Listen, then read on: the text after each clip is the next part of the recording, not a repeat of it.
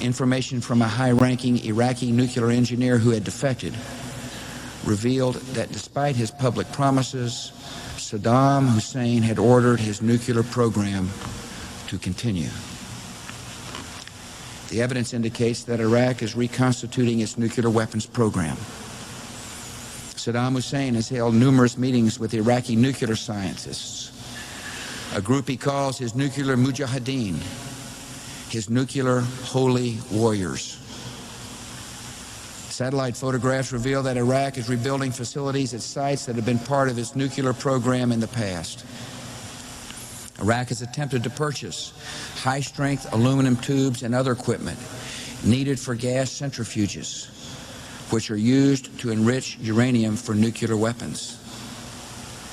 If the Iraqi regime is able to produce, buy, or steal an amount of highly enriched uranium a little larger than a single softball, it could have a nuclear weapon in less than a year. And if we allow that to happen, a terrible line would be crossed. Saddam Hussein would be in a position to blackmail anyone who opposes his aggression. He would be in a position to dominate the Middle East. He would be in a position to threaten America. And Saddam Hussein would be in a position to pass nuclear technology to terrorists. Some citizens wonder, after 11 years of living with this problem, why do we need to confront it now? And there's a reason. We've experienced the horror of September the 11th. We have seen that those who hate America are willing to crash airplanes into buildings full of innocent people. Our enemies would be no less willing. In fact, they would be eager to use biological or chemical or a nuclear weapon. Knowing these realities, America must not ignore the threat gathering against us. Facing clear evidence of peril, we cannot wait for the final proof, the smoking gun that could come in the form of a mushroom cloud.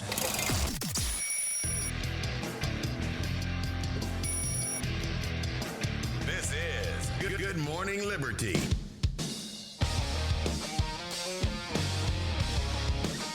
Well, what is up, all of our liberty-loving friends? This is another fantastic episode of Good Morning Liberty. My name is Nate Thurston, and I'm joined today by the Fed Haters Club.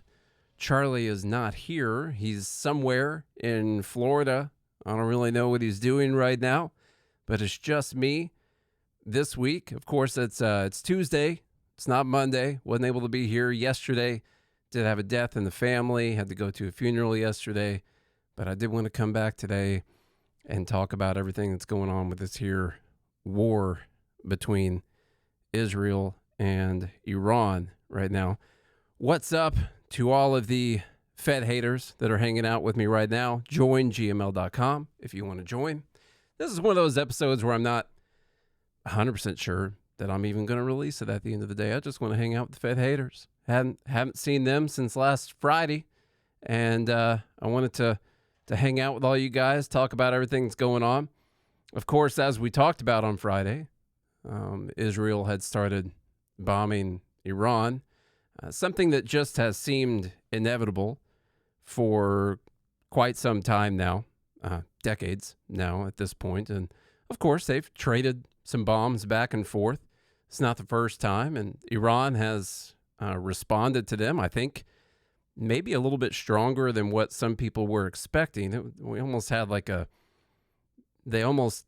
Israel almost decided to raise up their mission accomplished banner earlier in the weekend, and then started to see some bombs come through that Iron Dome and the Arrow and the David Sling, all those things that they got out there to intercept all the missiles that Iran sent in their way, and they've been taking some damage. And listen, we're not in favor of war over here. This here is a libertarian podcast. We are anti-war, although we do understand that sometimes wars have to happen. It doesn't mean that there would never, ever be any war. but a lot of times it seems like a war of choice. And today we're going to try and figure out if that's in fact the case. Of course, I opened up with that video from George W. Bush. Some of you guys might remember him. I was a big fan of George W. Bush when he was the president.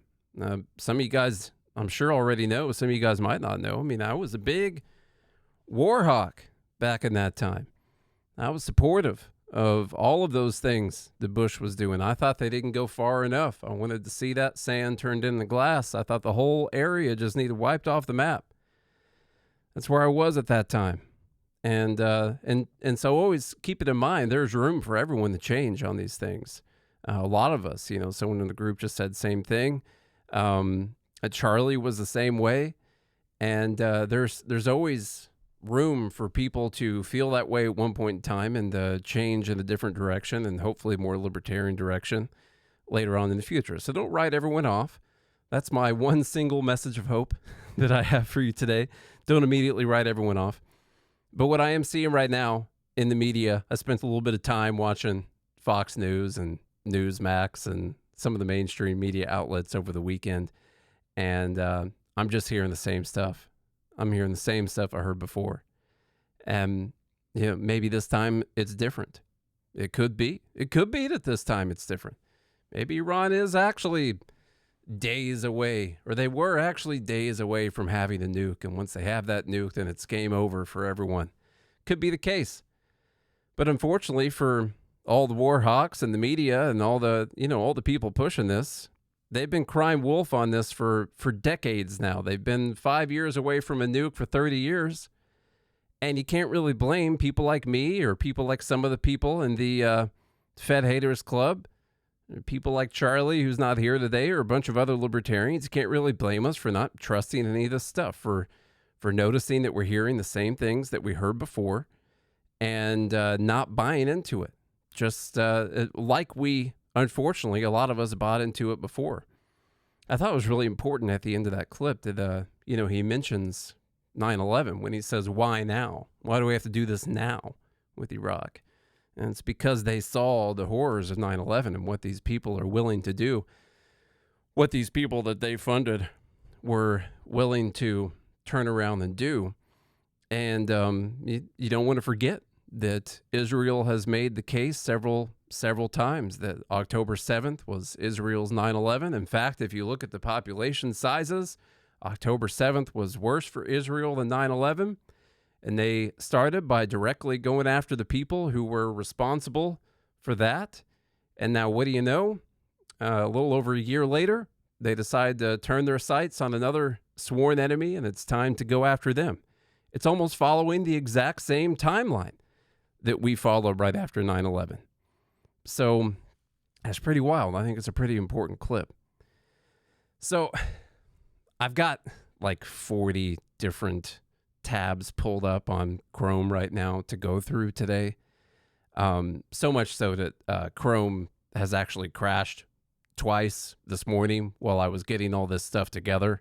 Like I have a lot of things pulled up right now, and hopefully it lasts throughout the entire show. We'll see. There's a lot of things I want to talk about. Like, is Iran actually close to having a bomb?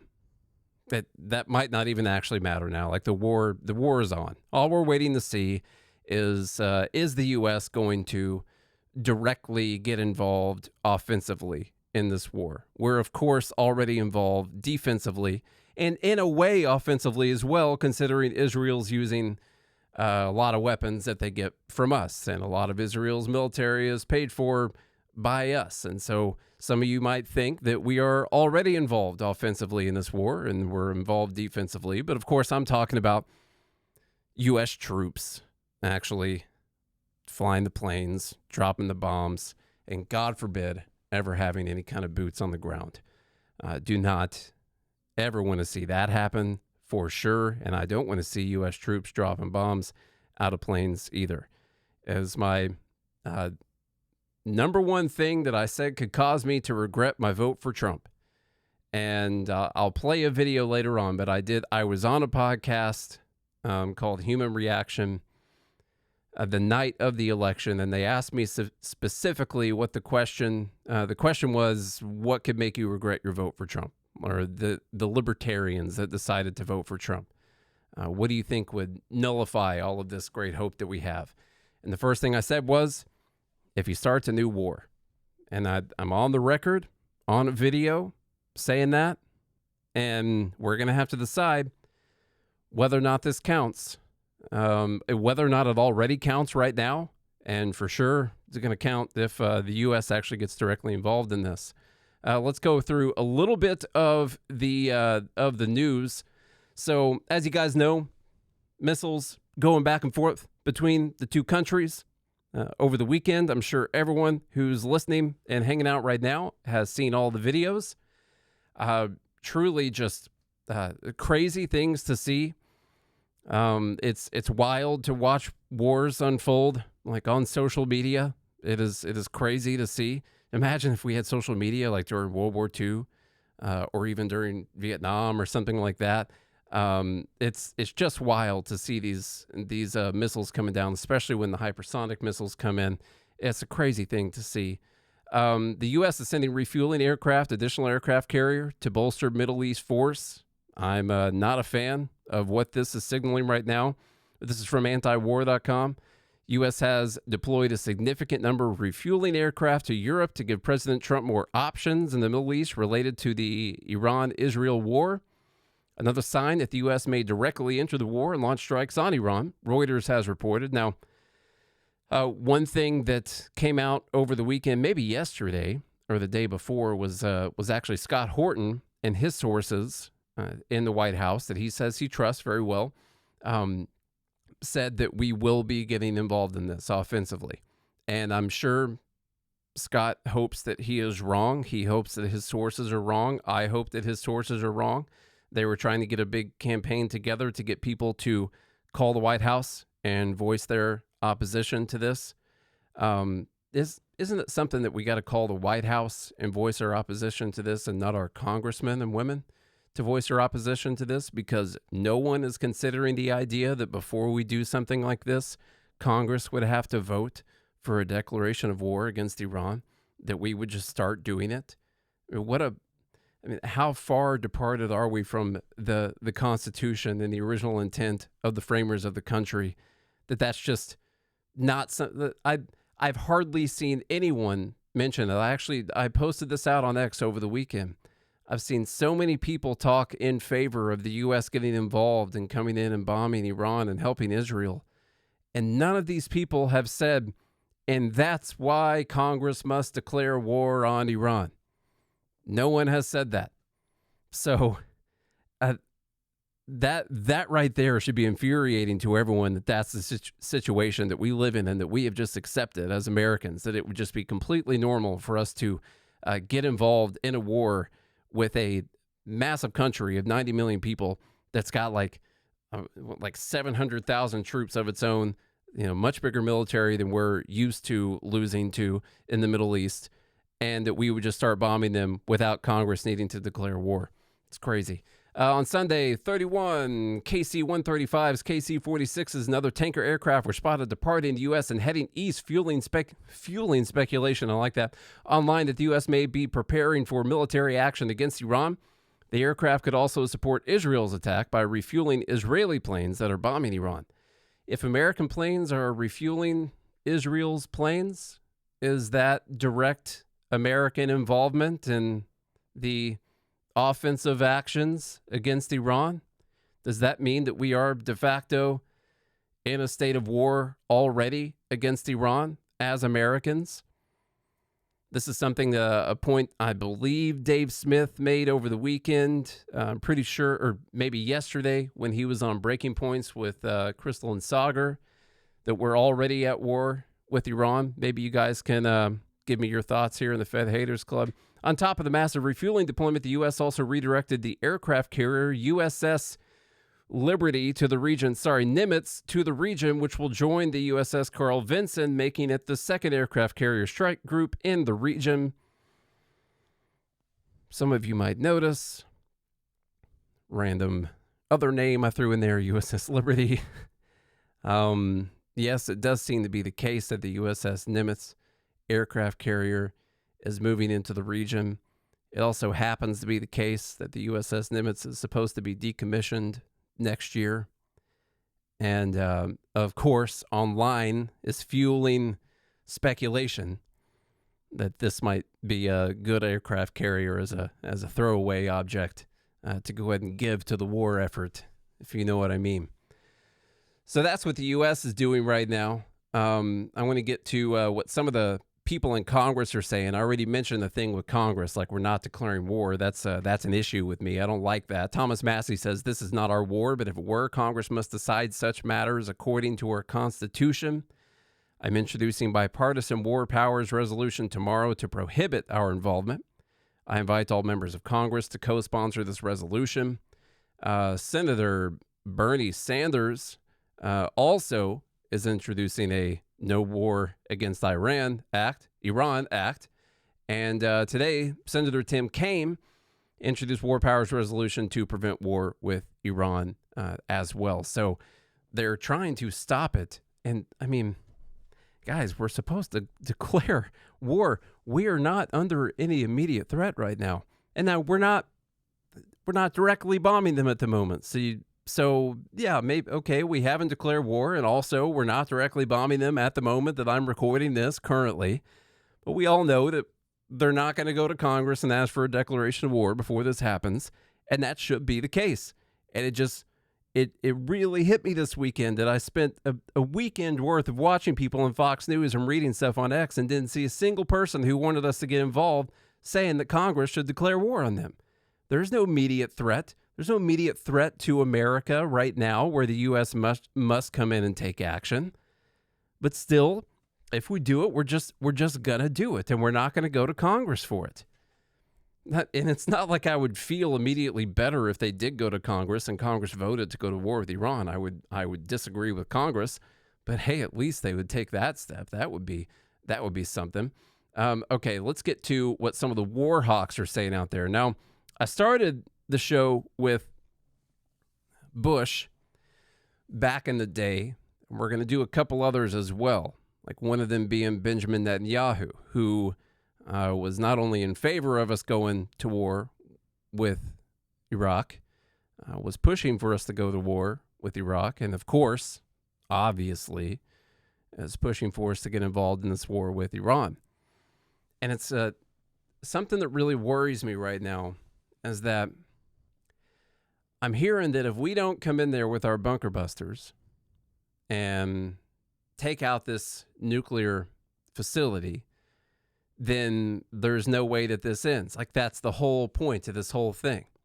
But we're the only one that can come in there and take out this place, which means, if that is the case, I've heard people from the IDF, maybe even Netanyahu himself, saying that, like, we've got to take out this nuclear facility. We have to, but America is the only people who have the weaponry to be able to do that. They're the only one that got those bunker busting bombs, and so they're going to have to do it. And if they don't do it, then there is no win in this war. Like, we can't win it without this getting taken out. That's the whole point of this entire thing, is we've got to take out this nuclear facility. And what they're really saying is, we started this whole thing, and essentially America must get involved. They have to get involved, or there is no win in this war. There is no end in this war. The war is not won unless this facility is taken out. The only people who can do it are America, and we've gone ahead and started this whole thing without a guarantee, hopefully, from America that we're going to come in and do this. And so that's infuriating to me also. Here's an old clip of Benjamin Netanyahu. There is no question whatsoever that Saddam is seeking and is working and is advancing towards the development of nuclear weapons. No question whatsoever. And there is no question that once he acquires it, history shifts immediately.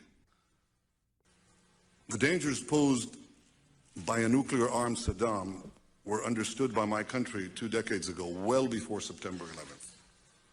In 1981, the late Prime Minister of Israel, Menachem Begin, dispatched the Israeli Air Force on a pre-dawn raid that destroyed the Iraqi nuclear reactor at Osirak.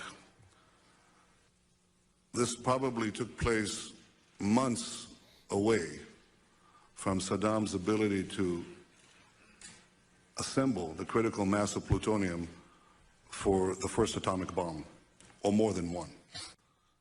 Today, the United States must destroy the same regime because a nuclear armed Saddam will place the security of our entire world at risk.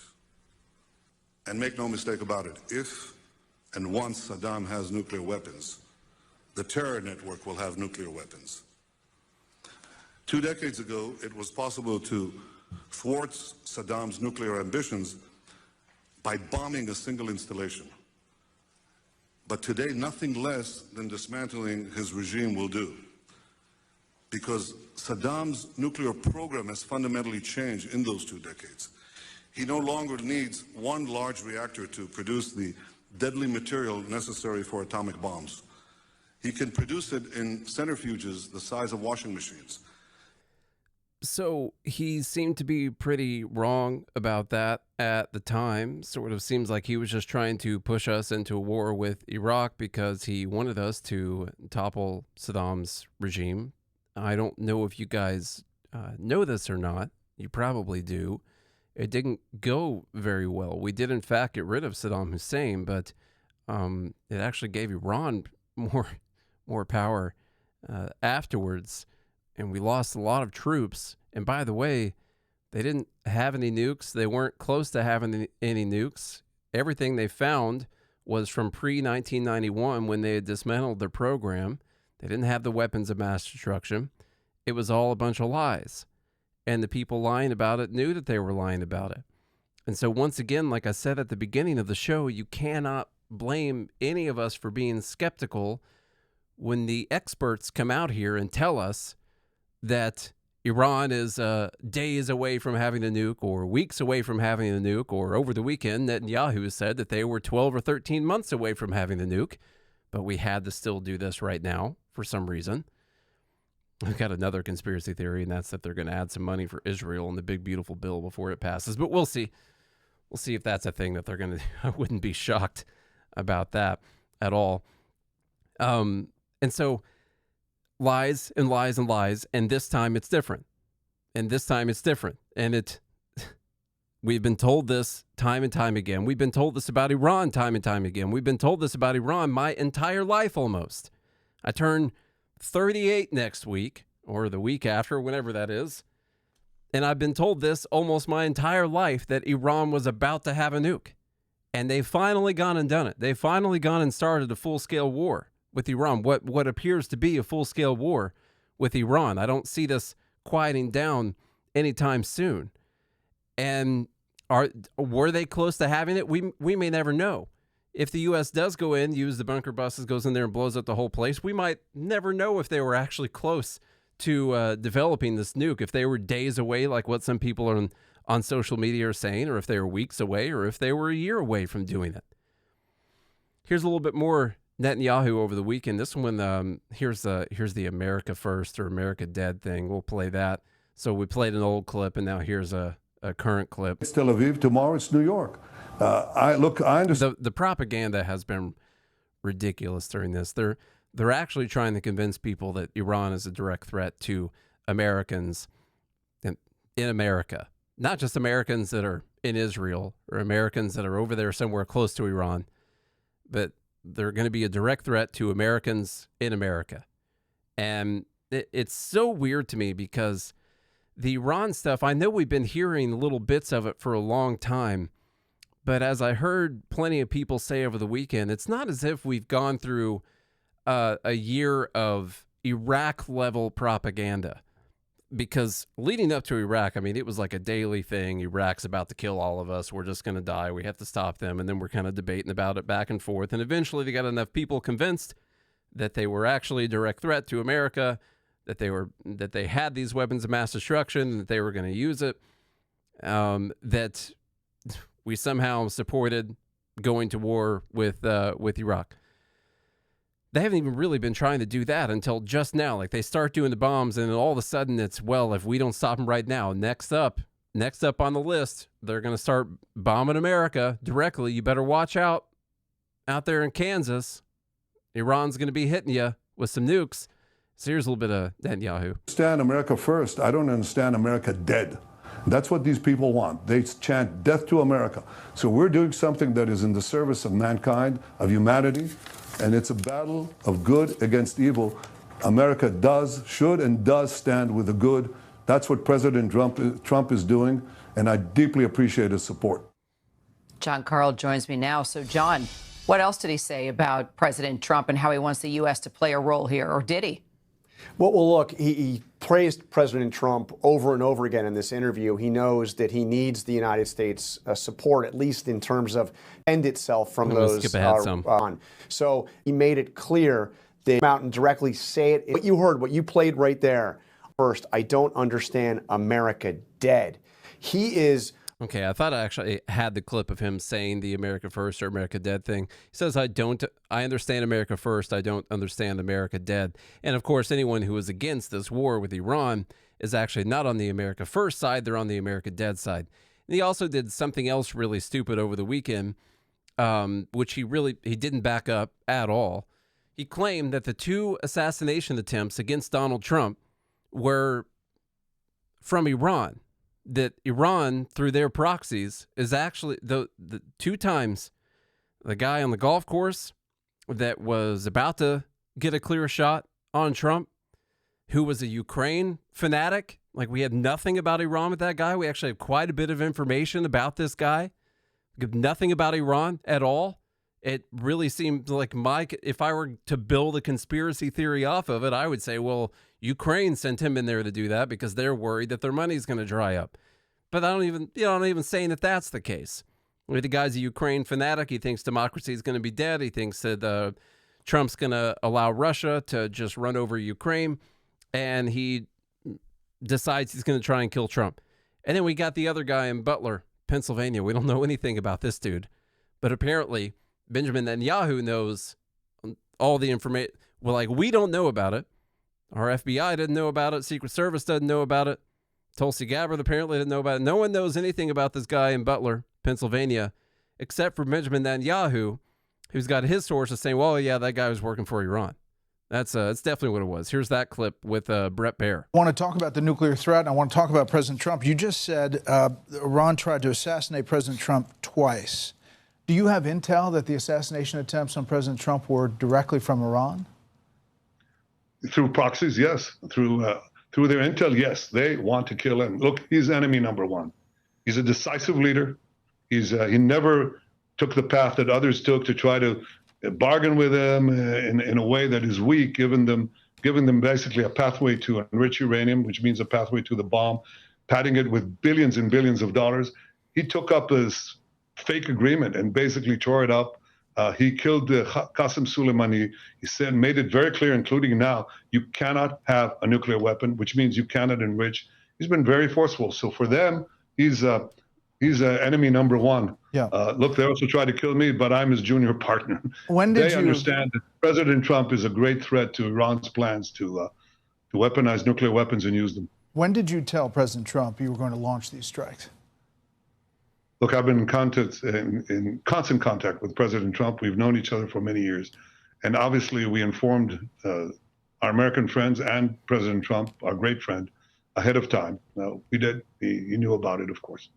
I mean, there were reports that President Trump kind of helped you achieve your strategic surprise by publicly urging you not to attack when he already knew you had decided to do it. So you were closely coordinating with the U.S. throughout this process.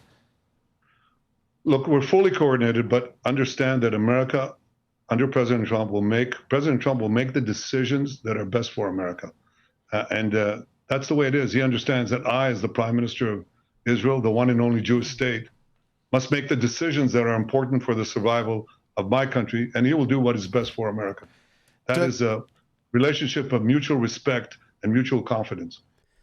So I wanted to go ahead and let that one play, because this whole thing about Trump knowing about this in advance and not negotiating in good faith has been a thing, has been an issue. And I've got some thoughts on that. Some of you guys might not agree on my thoughts on that.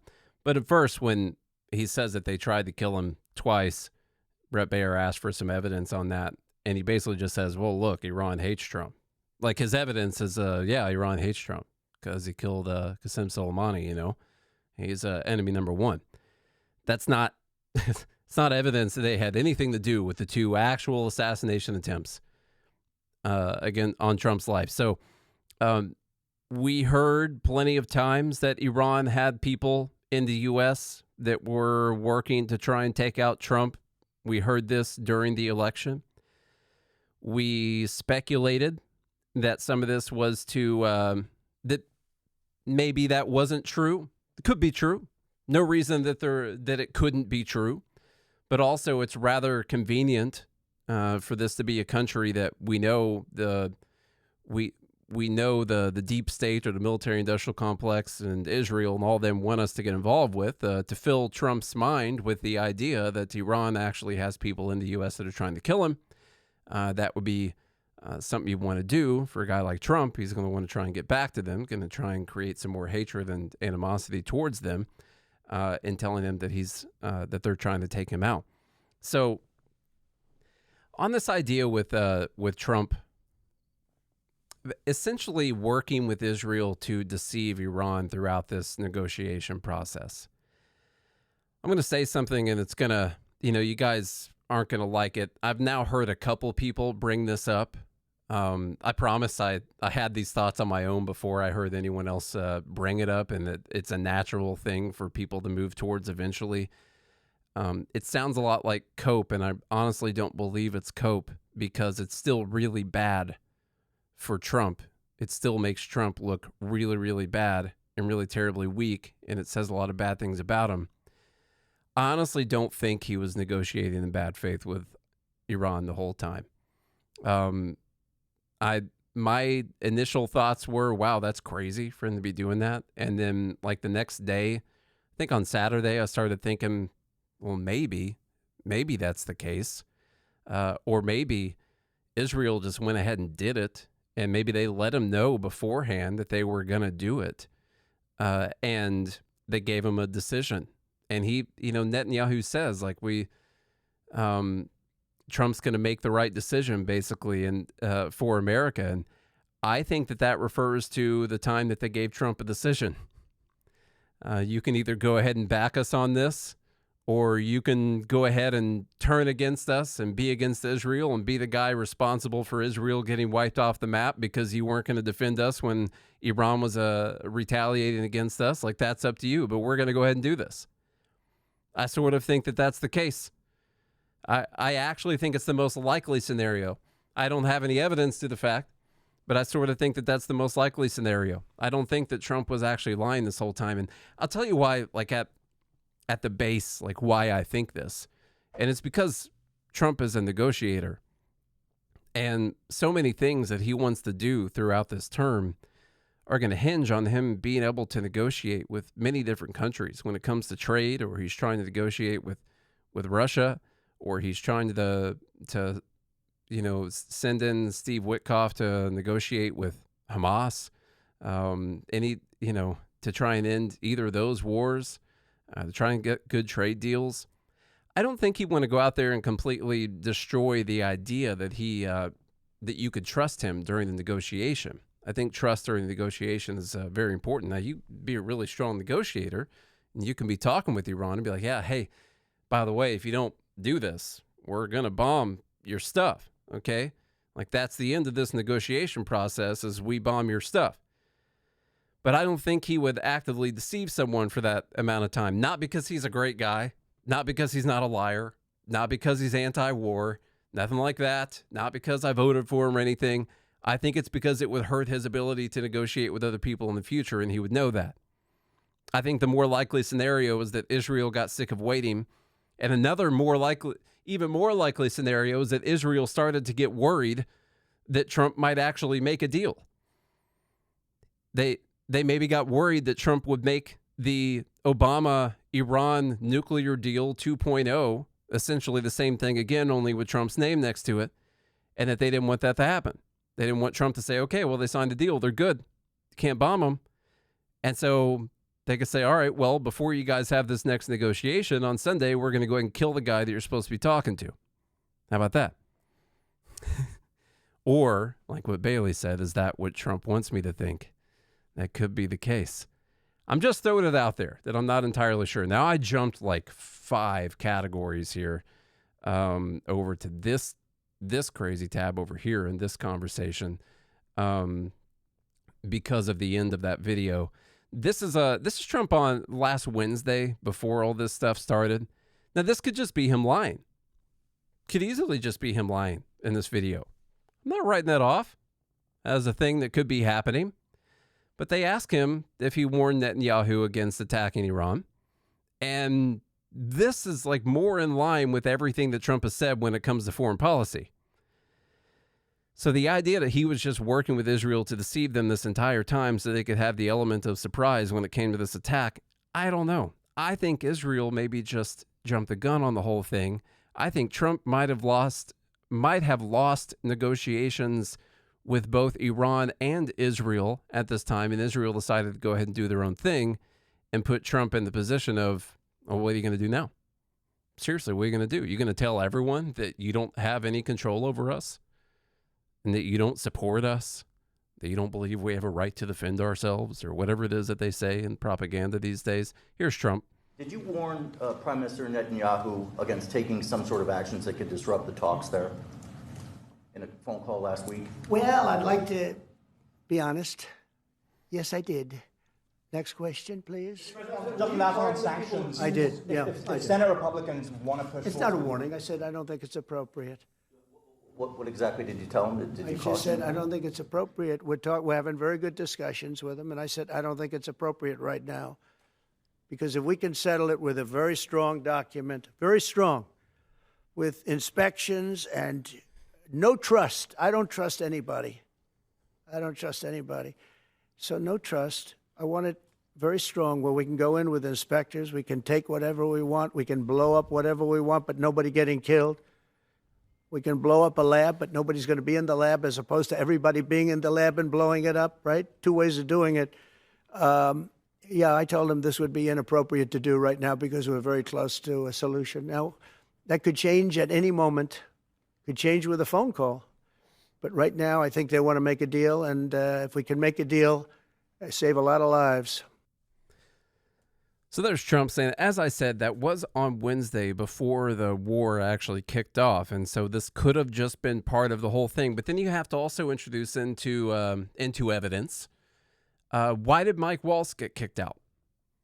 If the word on the street was that Mike Wallace got kicked out because he was working behind the scenes, behind Trump's back with Israel to try and get us into a war with Iran, to try and get Israel into a war with Iran, to try and get us involved in that's what he really wanted, and that Trump didn't like that, and he kicked him out. Now, at that same time that Mike Wallace was kicked out, Trump would have also have to be working to deceive Iran this whole time with the ultimate goal of surprising Iran with a strike from Israel during the negotiations. So those two things don't really line up to me unless there was some other reason that Mike Wallace got rid of. It wasn't because of the signal chat or whatever. Like, no one cares about that. We're not talking about that. It wasn't because of that. So the idea of the fact that Mike Wallace got kicked out as National Security Advisor doesn't line up with the idea that Trump was deceiving Iran the entire time, does it? Why would he kick him out? That doesn't seem to make any sense. Then there was also this former Trump staffer, the guy who he worked at the Pentagon as an advisor. His name's Dan Caldwell. He was on Breaking Points with Crystal and Sagar yesterday. He got kicked out for being too against. He was basically too against war, too pro diplomacy. And it's the guy who got let go. He got ousted from the Pentagon. He's got every reason to speak out against the Trump administration right now, if he wanted to. As a guy who was pro-diplomacy, he's got every reason to say, well, yeah, they clearly just didn't like the way that I wanted to go with diplomacy, and so they got rid of me.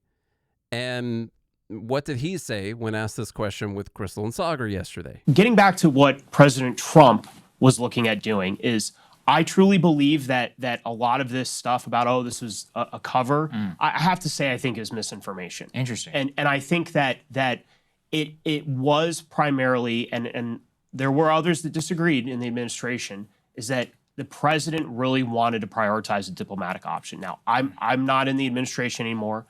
I don't know what has gone on the past couple of weeks for sure, but diplomacy was always the thing that he wanted to prioritize. And based on his remarks, I still think he wants to pursue a diplomatic outcome. So it's your belief that he was effectively double-crossed and betrayed by the Israelis here, who, because, I mean, the reason that these strikes happened on, after the 60-day deadline that President Trump had implemented that happened on day 61, something that he, by the way, highlighted and celebrated in the aftermath of these attacks. Very clearly, the timing of these was to blow up any possibility of a diplomatic solution, which is something the Israelis are not interested in. So you're telling me your belief is that President Trump was effectively betrayed, his diplomatic negotiations undercut by the Israelis, or do you think that he bought into this, what I think is preposterous, you can give your opinion, expert opinion on it, preposterous belief that somehow going to war with Iran was going to make it easier to effectuate some sort of a peaceful diplomatic solution? So, Crystal, this is a cop-out. A lot of my assumptions over the last week have been blown up. And I can't answer that question with absolute certainty. What I can tell you from my experience inside the administration and what I know of the people in the administration is that diplomacy was what they wanted to pursue. So you had guys like Steve Witkoff, you had people like Michael Anton, you had a lot of folks across the administration that were putting a lot of effort in trying to come up with ideas on how to make diplomacy work. Was it always perfect? Were they always doing the right thing? These are always incredibly difficult things to pull off. So that's that guy's opinion on the matter as well. I don't know a whole lot about him, but it lined up with what my view was. So I thought that was a pretty good answer in an interview on Breaking Points.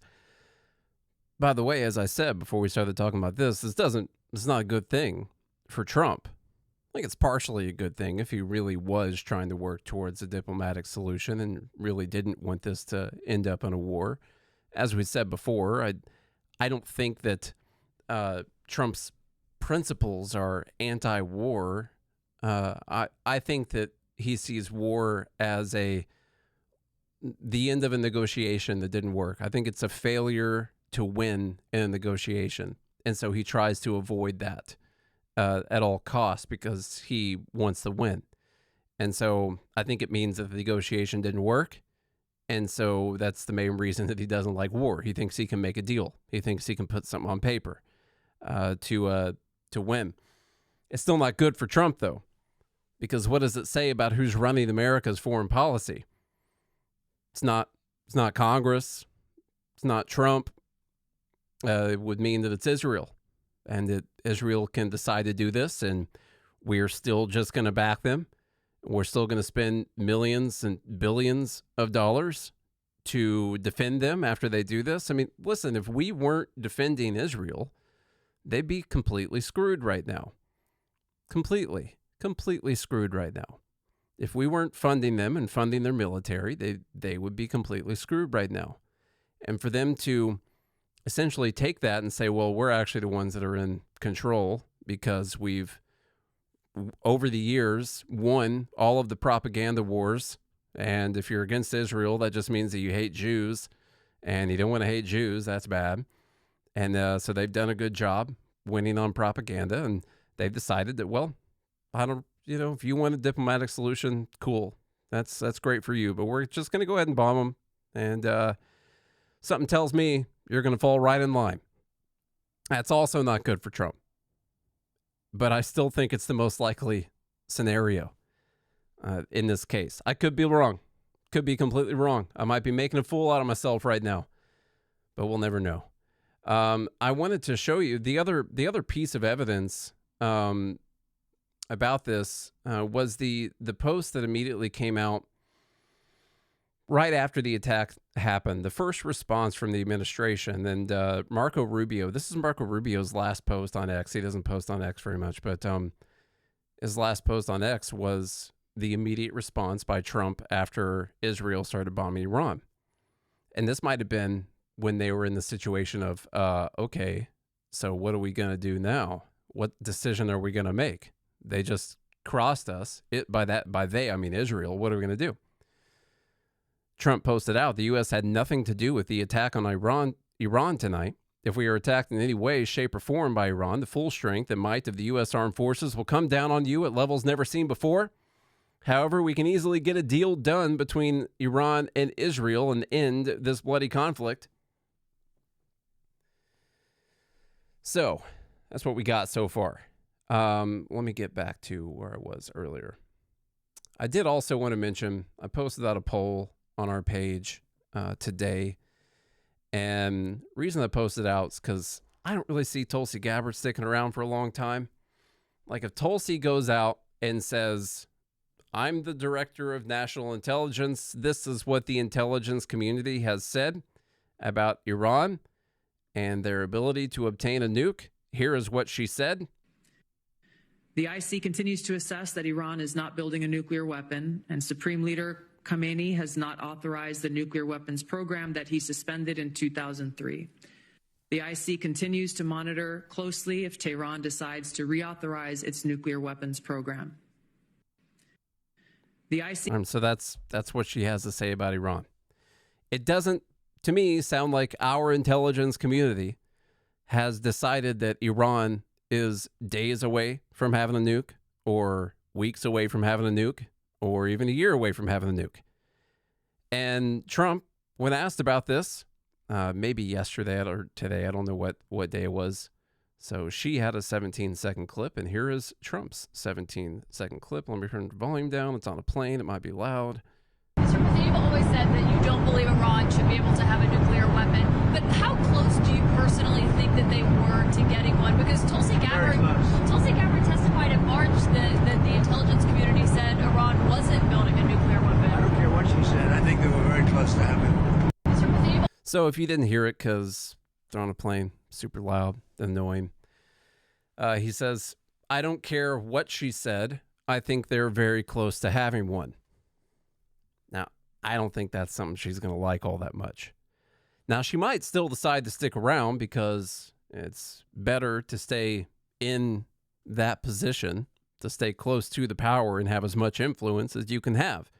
And if I were talking to her today and giving her advice as if she needs advice from me, that's what I would say. You might be upset about this right now. You might have hurt feelings over what Trump just said right then. But we are much safer with you in there close to power, because who's going to replace you and what recommendations are they going to make? So it might be best for America if you suck it up and stay in there. But I do, however, think that if the U.S. gets offensively involved, if U.S. personnel are dropping bombs on Iran, I'm not so sure she's going to stick around for that one. And that'll be sad. That's my personal opinion on the matter. I don't know what you guys think about it, but she's got other aspirations. She might still want to be president one day, and she might not want to be connected to this whole thing. So if she does see that we actually get into war with Iran, she's been a pretty anti-war person. I think she'd be pretty upset about that.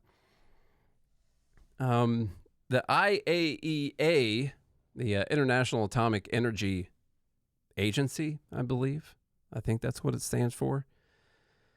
So here's a little snippet from something they put out. The IAEA uses 90% enrichment as the benchmark for weapons-grade uranium, and it considers 25 kilograms of 90% enriched uranium enough to construct a simple nuclear weapon.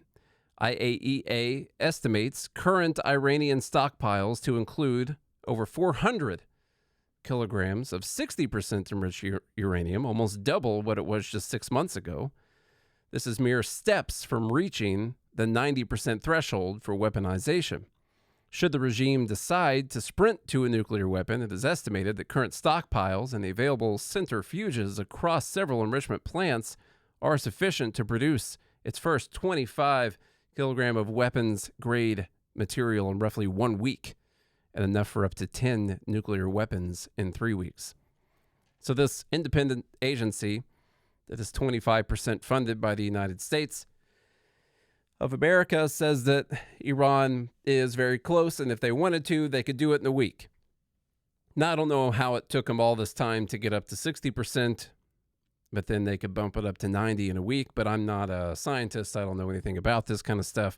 Maybe you break a certain threshold and it's just, like breaking the wall as a runner, something like that. I'm not really sure. Maybe compounds from that point. I'm not really sure how that works. That could be the case. I did do some digging on the IAEA today, which is where I saw that it's 25% funded by the U.S.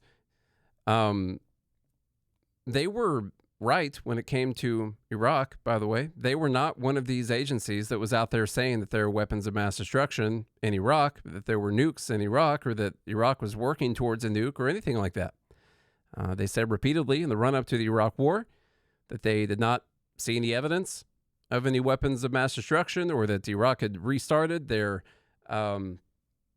creating nuclear weapons at all, the nuclear weapons program. They didn't see anything like that. And so they were actually on the right side of history when it came to the Iraq War. I expected to find that they were one of the people that were saying that, of course, Saddam has nukes, or of course Saddam has weapons of mass destruction, but it turned out that they did not. They did not jump on that. You can take that and draw your own conclusions. Maybe it is the case that Iran is really close to a nuke. Maybe that is the case. And, for a country that really, really, really hates the U.S. and really, really, really hates Israel, maybe they have a right to be worried about Iran getting a nuke.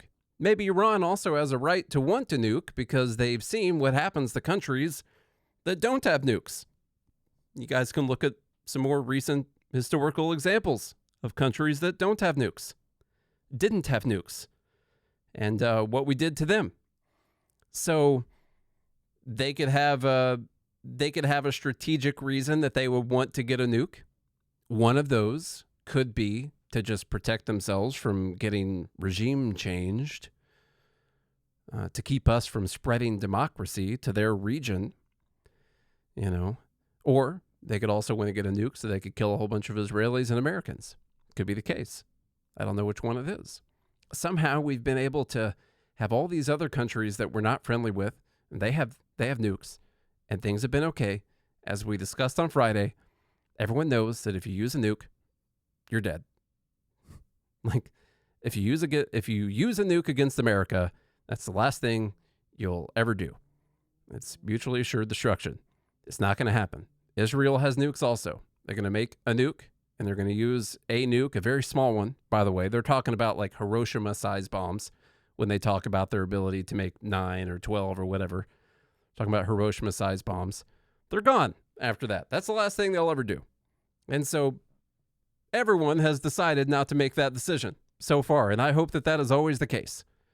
And we also did not go to war to prevent these other countries from getting nukes. It's pretty crazy, actually, when you think about it. But this is the one. This is the one we got to stop. We have to stop them from getting a nuke. Or this is just a long time coming. It was inevitable this whole time.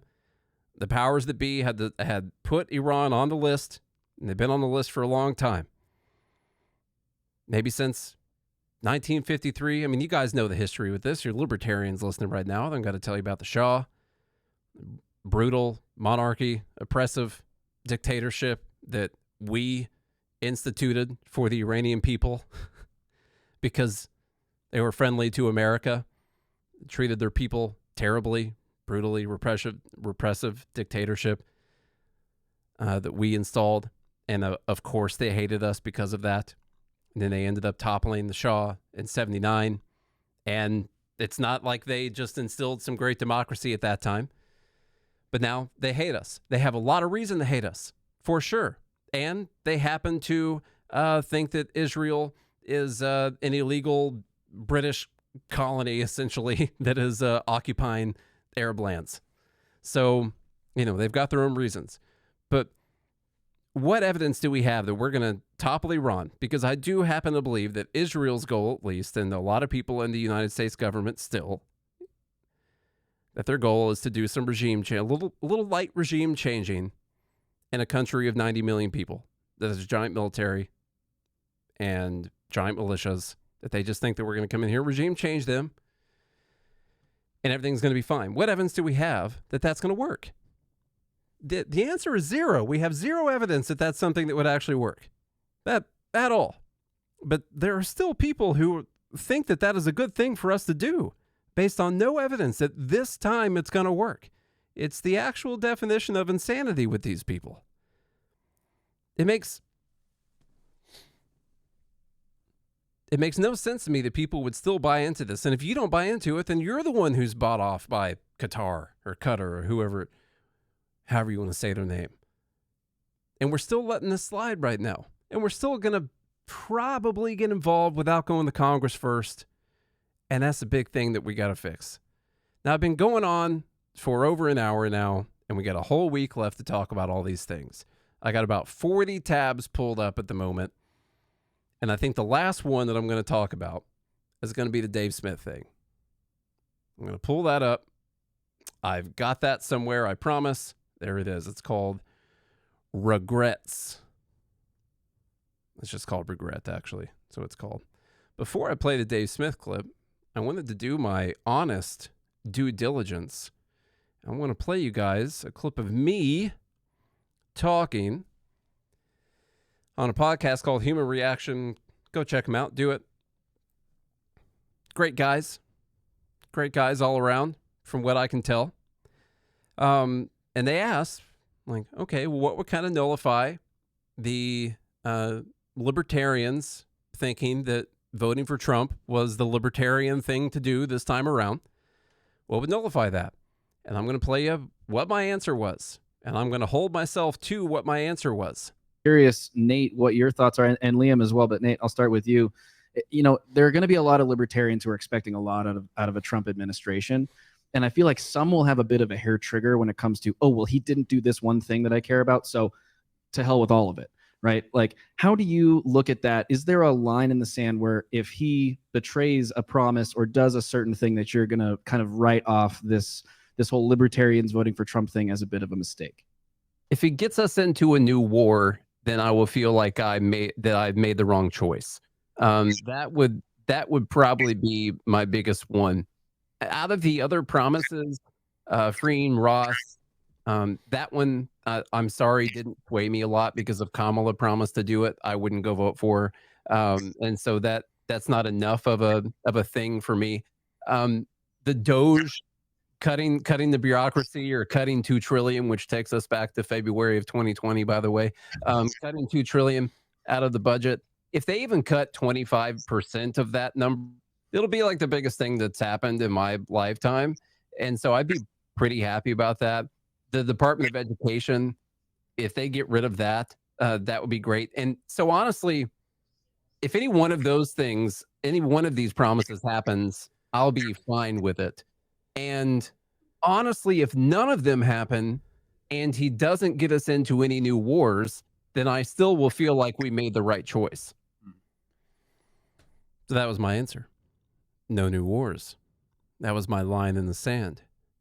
So my question for the people in the Fed Haters Club right now, does this violate my line in the sand? Have we violated my line at this point? I want to ask the people in the group.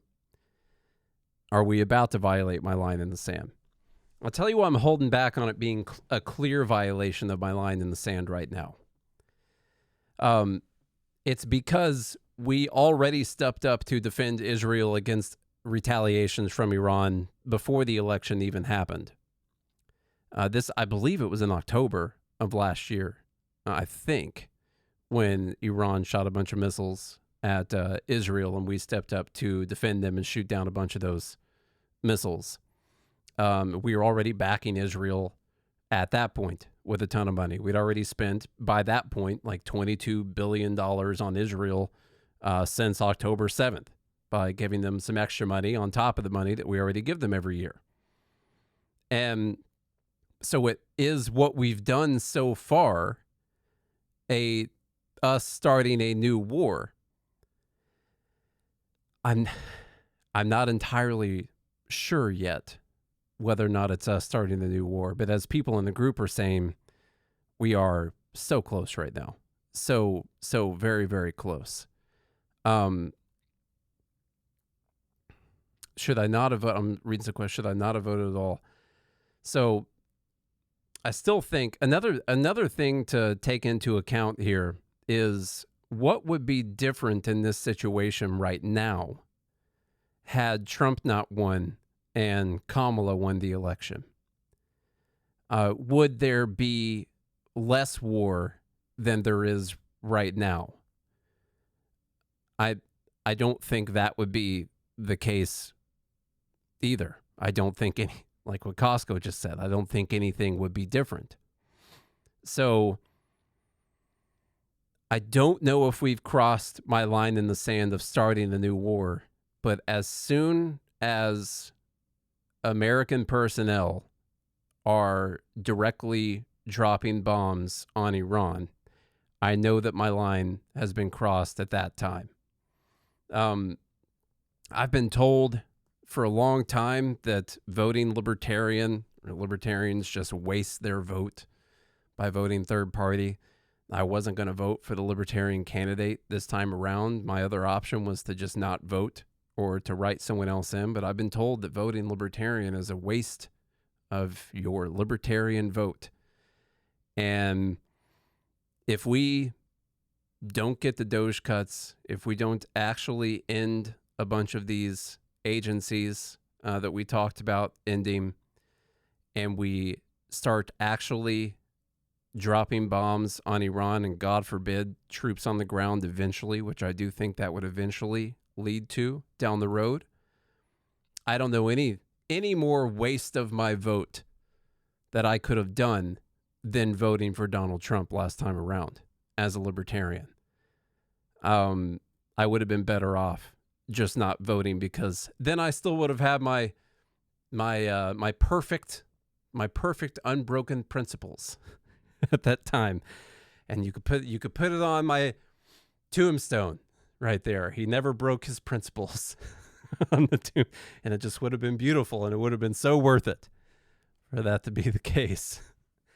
I'm not all the way there yet, but I'm getting very, very close. I'm clearly disappointed, as I know a lot of you guys are, and many of the libertarians who gave us a hard time throughout the election. It's looking more and more like, not there yet, it is looking more and more like they will end up being correct. And I think it was always statistically likely that they would end up being correct.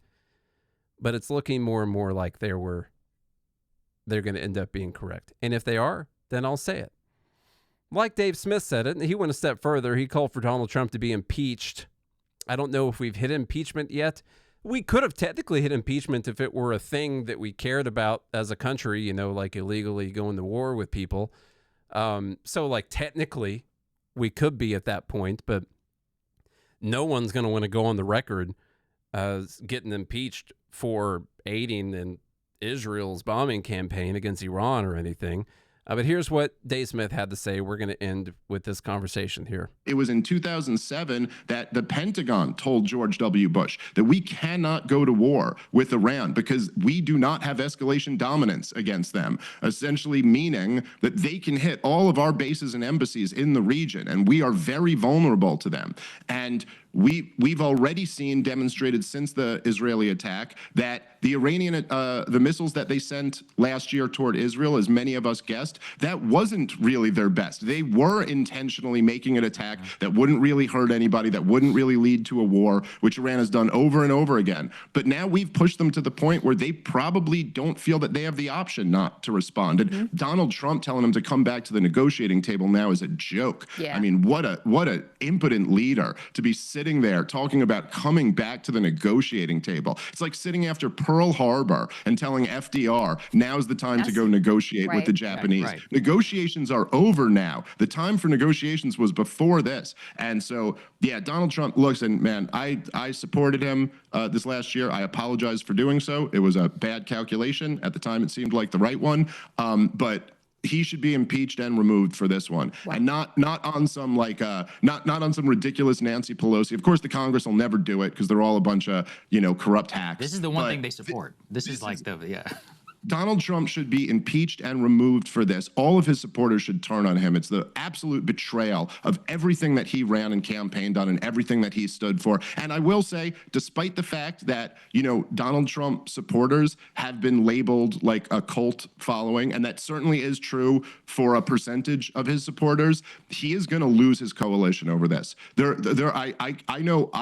I don't just speak for myself when I say there are a lot of us who simply will not go along with this. So it's just a devastating mistake. By the way, on top of that, he's also going to lose the deportation fight because of this. Because right now he needed all the political capital he could have to turn that, you got a majority support for deportations, but the minority is very mobilized and they're out and they're protesting all around the country. He needed all of his political capital for that move. So here's what we got. The neocons win. More war abroad and, bomb the world and invite the world. So Dave Smith is already at the point where he's apologizing for his support for Trump. I'm not all the way there yet. I'm almost there. I might get there. I might be there this week. I have no, I don't care to get to that point at all. I will be fine admitting that we tried and we were wrong and it didn't work. I'll say it. I'll say it out loud. And it might happen. One of the things he says at the end of this is that essentially the MAGA coalition is going to fall apart because of this. And I've been seeing that a lot. And I think it might be true unless what we can't forget is that oftentimes they will eventually give us this good reason that we had to go to war. And I think they know right now that the American people are not on board with it. That the story's not tracking right now for most of the American people.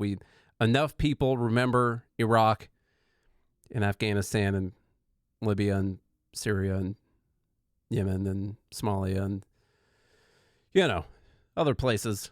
It's probably like 20 more places I can name right now. Enough people remember this that they're not going to buy into it unless Iran decides to attack one of our bases and U.S. troops get killed, or they decide to attack one of our ships and U.S. troops get killed. If that is the case, or if it seemingly looks like they attacked one of our bases or one of our ships, most of the MAGA people that are against it right now, in the emotion and the heat of that moment, will end up saying, well, yeah, what are you going to do? They attacked your base. They attacked your ship. Of course, you have to respond. And then when we respond, well, then they're going to respond. And then we're going to respond. And then they're going to respond. And then we're going to respond. That's also known as a war.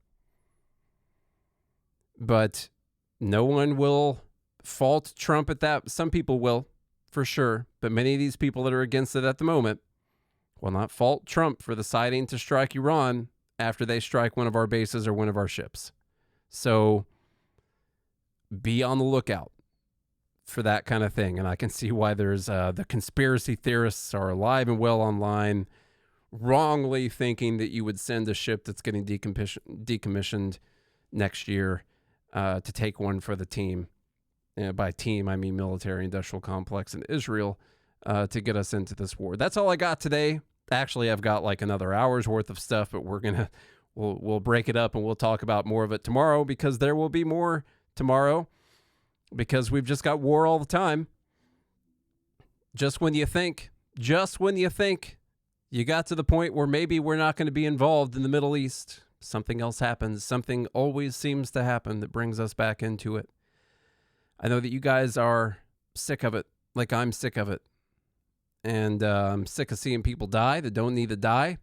I'm sick of seeing tax money get wasted, get blown up that doesn't need to get blown up. And, I'm ready to actually focus on domestic policy in America. I think that'd be cool. But that's just not what we're going to focus on right now. And dang it, if Elon Musk wouldn't have came out against that big, beautiful bill, none of this stuff would have happened. So I'm kidding. Obviously kidding. If you enjoyed today's show, tell a friend, a family member, the children, tell a foe that they need to listen to Good Morning Liberty every single day of the week when they want to. Because we're here almost every single day of the week with 1,573 episodes so far. Plenty of things to listen to. So tell them they need to go listen. Find us on YouTube. Watch the shows on YouTube. Go to GodHatesFeds.com. Get yourself a nice God Hates Feds shirt. Go to JoinGML.com.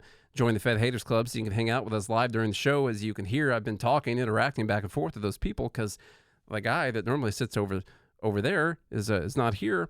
And so I'm talking with these folks exclusively today, and I need you to be in that group. JoinGmail.com. It's only $7 a month. Go do it. All right. That's what I got. If you do all the things I just said to do, leave a rating and review on your favorite podcast app. Let the algorithms know that you like us. Do all those things I just said. And if you do them, every single one of them, we'll be back here again tomorrow. Same Liberty time, same Liberty channel. Until then, have a good day and a good morning, Liberty.